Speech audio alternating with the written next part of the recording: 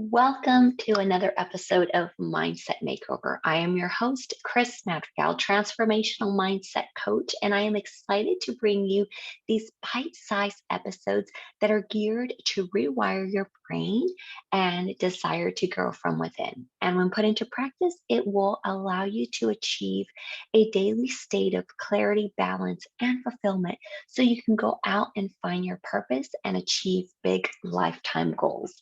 So if you're ready, let's dive right in. And today in episode 9, we are going to be talking all about New Year's resolutions. It is the last Wednesday of the year, and we want to start 2023 with excitement. And not only that, create New Year's resolutions that are going to last and are going to be impactful. So today we're going to go over and talk a little bit about why New Year's resolutions last and why they don't last for some people. But to start, I wanted to share this statistic that's pretty powerful. And according to the US News and World Report, 80% of New Year's resolutions are over by February. Yes, you guys, by February. That's only an approximate about 30 some days, right? And so, why is it that New Year's resolutions end so quickly into the new year? And honestly, it's because a lot of people simply rely on motivation and willpower to carry out their New Year's resolutions. And I don't know about you, but motivation does not change habits, right? And so motivation dissipates, motivation dies off. And so what you need is to change habits in your daily living that are going to allow you to carry out those resolutions through the entire year. And not only that, create lasting results. And so allow me to share with you 3 steps that are going to allow you to set those New Year resolutions, those goals that are going to give you lasting results. All right. And so let's start right off and start with step 1. And step 1 is you must be emotionally attached to your goal, to your New Year's resolution. And the way that you get emotionally attached to it is by asking yourself why. It's the why behind it. Why do you want to accomplish this goal? And many times people can't figure it out. And if you can't figure it out, then let's go right into step 2, which is what is your why? So, step 1, you must be emotionally attached to it. And you figure that out by digging in and digging deep. So, step 2, what is your why? Why do you want to accomplish this New Year's resolution? What is so important about that goal for you? And you want to get into that deep root reason of why that is. And I want to share with you an example. And a fitness goal, it's a super popular one. We see that every year. We see that on January 1st, thousands upon thousands of people set fitness goals, weight loss goals. They start the diets on January 2nd. They start the gym memberships. They set the number of pounds they want to lose you know, for the year. And so we need to really dig deep into why it is that you want to lose that weight or you want to be on that diet. So let's run through that example so you can see how you get emotionally attached to your goal and really find the real reason as to why you want to, pursue that goal. In this case, we're going to run through that fitness goal. Why do you want to lose that weight? And really, we're going to start off by asking why. And you got to repeatedly keep asking yourself why to your answer in order to get to that deep root and reason and get emotionally attached to it. So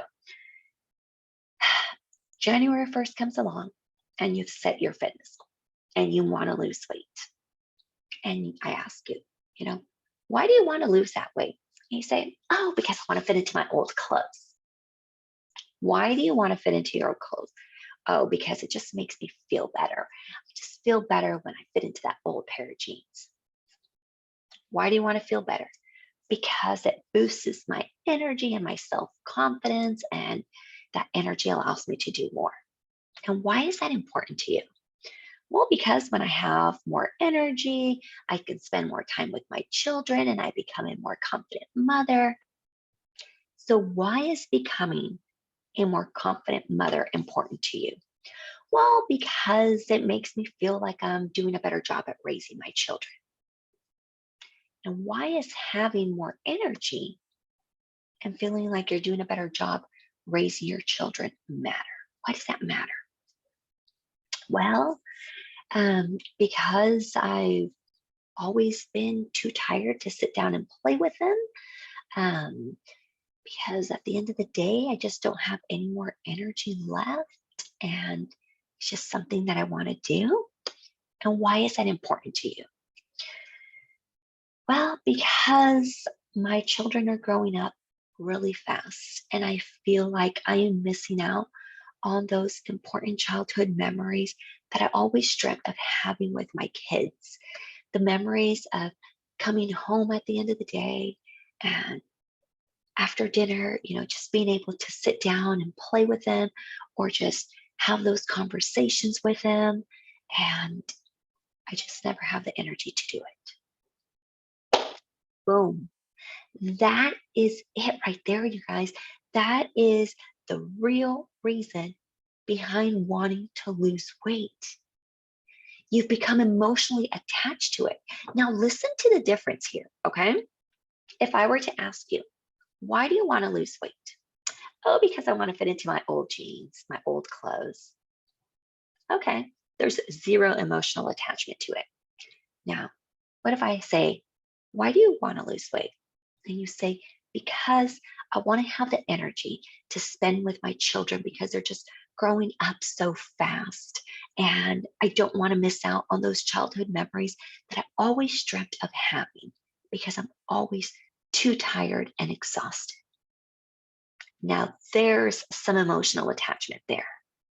All right.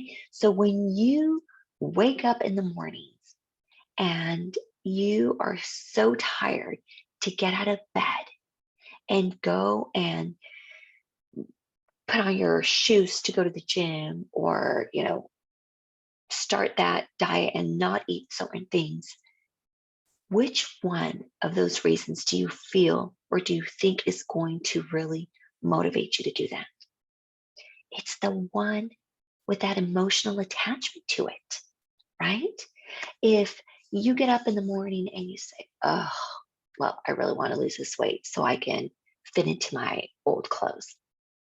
Guess what you're going to say? Fuck that old clothes. I'm too tired, right? But if instead you think of that reason that is very emotional to you, you've got that emotional attachment, there's going to be a much greater chance you're going to get up. Because the real reason why you want to lose that weight is because you want to have that energy to spend with your children because you feel like you're missing out on these childhood memories. Okay. So, what you really need to do is get very emotionally attached to your goal. And the way you do that is you need to dig deep and continue to ask yourself why after every answer. Why do you want to do that? Why is it important to you? Write it down. Just write it down.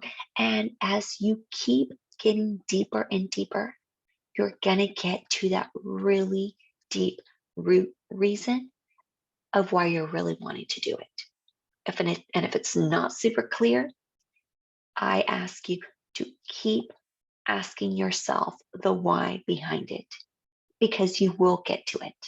You just need to sit there quiet and you really need to have that emotional attachment to it in order to carry it out beyond just 30 days, what the average number of individuals keep their New Year's resolutions for. All right. So that's step one and step two. Now, step three, Start small and do it anyways, even when you don't feel like it. All right. Even on those days when you are so tired and you're just not feeling it and not motivated, do it anyways. The huge problem we have is people set these goals and go straight to the extreme.